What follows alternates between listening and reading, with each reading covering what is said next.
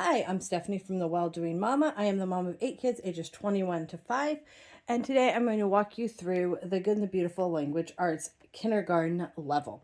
There are 2 parts to this book, or to this curriculum. There is a Reading Booster A cards, and then there is a course book. There's also a set of little tiny readers you can buy to go with it that is fun, but not absolutely necessary. These 2 parts are absolutely necessary to use the course. So, please do not try to skip them. I've seen some people online try to skip this, and it doesn't always go well. This is really an integral part of learning the phonics and learning to read. Some courses put this material within a book.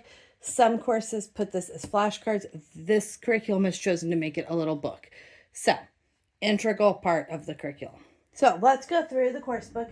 I'm going to try to leave my personal thoughts till the end, so you can just see through the book. This is my second child I'm using this with, so I have used it twice now. Okay, so it has phonics, writing, reading, grammar and punctuation, spelling, literature, geography, and art. So a lot of things are included, which does make it nice to have it kind of all in one book. I've done some where it's in multiple books. It is nice to have things in one book. So first you have this, what they call before beginning level K. So in this, it says your child should not start the course until they can pass this assessment. Now, if you've not done their preschool or kindergarten prep, those are also very helpful in leading into this. This does not start at a very, very basic level of learning the letters. It starts with an assumption that the kids already know letters and sounds. So you can work on that yourself, or you can use their curriculum to work on it, but it does start with that assumption. Okay. So, it actually starts with them knowing how to blend. We didn't necessarily have total blending down, but... Okay, so here it does tell you some items that you might need along the way. Some of them we use, some of them we don't use, so you can kind of take that for yourself. They do have these nature readers, and I do think I have 2 of those. We have not pulled those out with my child in this book yet. The Letter Tiles app. This is fun. We actually are not using it as much as we're using actual little magnetic letters. I bought just a set off Amazon of actual magnetic letters. Some kids like the app, and as they get older, I found the app was really good, but for my current kindergartner, the app doesn't work as well. I don't know if she's just not as good at using the technology, but we just struggled to get the letters into place for her. My older kids did fine with it, but she struggles to get the letter in place. So we do better with actual letters. Okay, then it talks about the course. On the app, there's also another app that is the Good and the Beautiful Homeschool app, and that is actually necessary for the course. There's a few books in there. There's reading booster games. There's songs. So, I don't know if there's songs for this one. There's songs for math. There's poems in there. So, there's some things that are really useful. Okay, the table of contents. So we have in here, I think, 3 units. Let me double check. Get 3 units. And there are 120 lessons total. So typically, I do try to push my kids to be a quarter of the way through each curriculum at set time. So halfway before Christmas, for example. And then a quarter is like early October. For kindergarten, I am less pushy about that because I really want to make sure we're learning to read. And that does take time.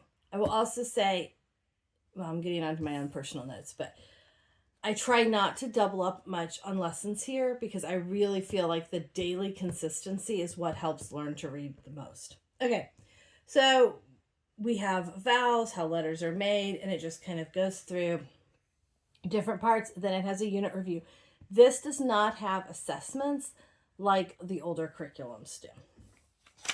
Okay, Unit 2, and then Unit 3. And there is a good variety within there. So at a glance, it tells you about kind of the basics of what they're trying to teach your kids. It's kind of a scope and sequence. Does tell you some sight words. A lot of sight words can be phonetically sounded out. However, it's hard to get to the point where you can read well when you don't have any sight words as far as reading like a book. So learning a few sight words really does help the kids then be able to have some confidence to read some textbooks. Okay, again, a little bit more about what they're teaching within the book. There are some paintings within the book, so the credits are there. Then it gives you the list of what is in the booster cards and kind of the scope and sequence of the booster cards. Booster card A is for kindergarten, and so that is the one that we are currently using. They have these little target symbols, and the idea is that you shouldn't go past that lesson until you've gotten there in the booster cards. We've been able to kind of play with that some and not totally stick with them. And I'll kind of show you how we use the booster cards theme. Does talk about the scope and sequence for spelling, and then how to pace the course. And then a little overview. Okay, here it does say, do this before beginning the course. When you purchase a new curriculum, please read through how to use the course. It will make your life easier, and actually then you're using the course the way it is set up to be used. And that will make you get the most benefit out of it. So I am just going to show you, for instance, a lesson here, and then I'll show you a lesson towards the end of the book. So it has all these little check boxes. So it gives you lots of little checks along the way. And it's a very simple lesson to start with. First thing you're going to do is work on the booster cards for 6 to 10 minutes. We do at least 10. Sometimes I'll do a little more, and I'll talk about how I do those in a little bit. Then it just has a little prompt about the art, and then talks about there's 26 letters in the alphabet, and then you ask how many letters are in the alphabet. You share this book with the child, which can be a little tricky at times, but I have to say the benefit of not having to pull out a teacher's guide also is great for me, because it just felt like I was always having to go between multiple books with other curriculums.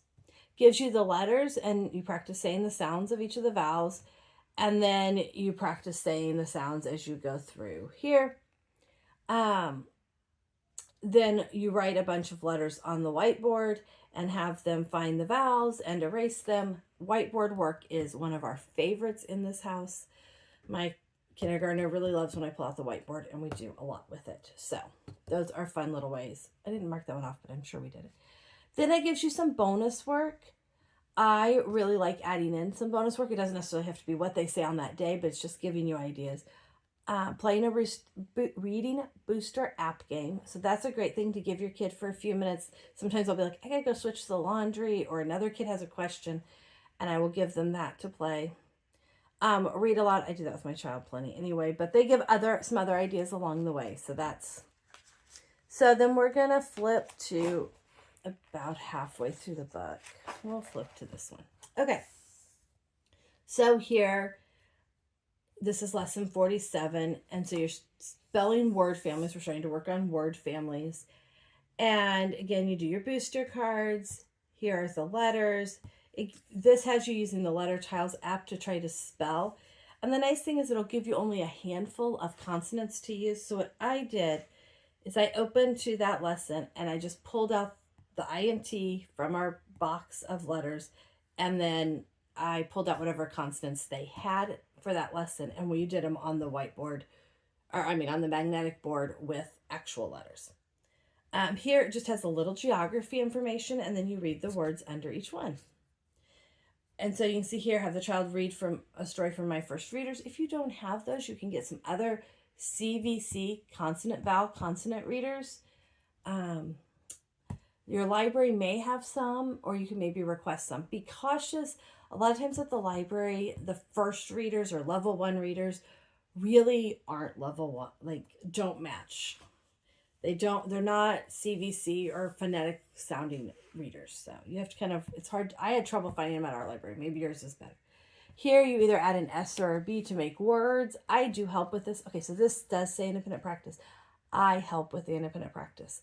I do not expect her to do much of any of it on her own. Plus, I want to make sure she's actually reading the words well. And so I help with the independent practice. So a lesson like this would take us, it's 10 minutes of doing the booster cards, and the rest of it, depending on how long we spent with this could take a variety of time, obviously. This would take us probably about 30 minutes. And that's a totally reasonable amount of time. You do need to spend time to teach a child to read. Okay. And then we will skip back here to lesson 68. So we're reading these types of words. So here it does say write the words below on sticky notes, hang up all the sticky notes in random order on a wall, and then they're going to try to find the ones that match. I might write them on sticky notes. I might just write them on the board. We might just say them out loud. And so sometimes I do these little like hands-on things and sometimes I don't. It kind of depends on our day. This one back here, okay, that's just telling you to do that. You work on your booster cards, you do that. It gives you letters here and we're building words using these letters. So we just go, what does this say? This is esk. Okay, pesk. Is that a word? No. Okay, let's try desk. So she's saying these words, not me. Okay, and then here it gives you your bonus idea. Again, I'm my first stories reader. And then they're going to read this and then try to answer the questions. But this is why I sit to make sure she's reading it well. I sit through independent practice. I'm even currently sitting with my third grader. My last third grader, I didn't have to sit with. This third grader, I do sit with. And then it's reading and doing some handwriting. Okay, and we will skip towards the back and look at another one. So here we're working on capitalization and sound. So booster reading. Oh, another sticky note rhymes. They really don't repeat all the activities. Let me go back to a different one so you don't think they just repeat everything. Here's one of those targets. So you should be at booster card 37 when you get to this lesson. Booster cards. Then it uses this little path. And so we will put chocolate chips on this little path, not on every one. And then they practice reading the words and they collect their chocolate chips as they go around. Mini chocolate chips are our favorite. Here, they're going to be trying to spell these words. And so they can use the app or physical tiles that you have. And then you have spelling words that they've been working on spelling also. Here, you're going to use the app. See, it like has that. And then it gives 2 videos for them to watch. And these little videos just do a great job of helping them start to remember some stuff. And it helps them with the poem memorization. Here's a different bonus work. Dictate these words and have them write them on the whiteboard. So it gives some words for them to keep practicing spelling. And then they have this. Okay, so the lessons do vary, some in length. You can see it's very pretty. We have lots of pretty pictures in here. Let's go to the end. Let's look at the review at the end. It'll give you kind of an idea of where they're ending. You have a reading assessment. And so they will read this. And it says that they should be able to read it in about 2.5 minutes with missing no more than 4 words. And if they can't, then they suggest that before you go to the next level that you work a little bit more on practicing some skills. And then it has them spelling some words. So this is kind of where they expect them to be able to kind of end at. Oh, they do have these fun little geography books. These are on the app. They read them out loud on the app to their child. And so it gives them a little bit of variety and some books that they can get to listen to, which is great because I don't then have to go buy a bunch of books for my kid to read a lot. I like to read to my kid, but I don't want to have to go buy a million books. I love some of the literature-based curriculums, but all those books. Okay, even here they're going to start making a story, so that's kind of fun. And so there's lots of good things. They have some beautiful pictures. Okay, so let's look at the reading booster cards. So this is set A. Now what we have in the back, I'll show you before they fall out, because they will fall out. These were one of those sticky note games, and my daughter wanted to keep them. And then every once in a while, she just wants to read them to me. That's fine. Never a problem practicing. These are our sight words. So there are some sight word pages in here. And so what I do is I write the sight words on these index cards. And then I start by spreading them out on our table in front of us like this. And then I say them, and if she finds it, she flips it over. If she doesn't, it stays up. And then we just keep going through them. We do that for several days. And then then we start just actually using them as flashcards.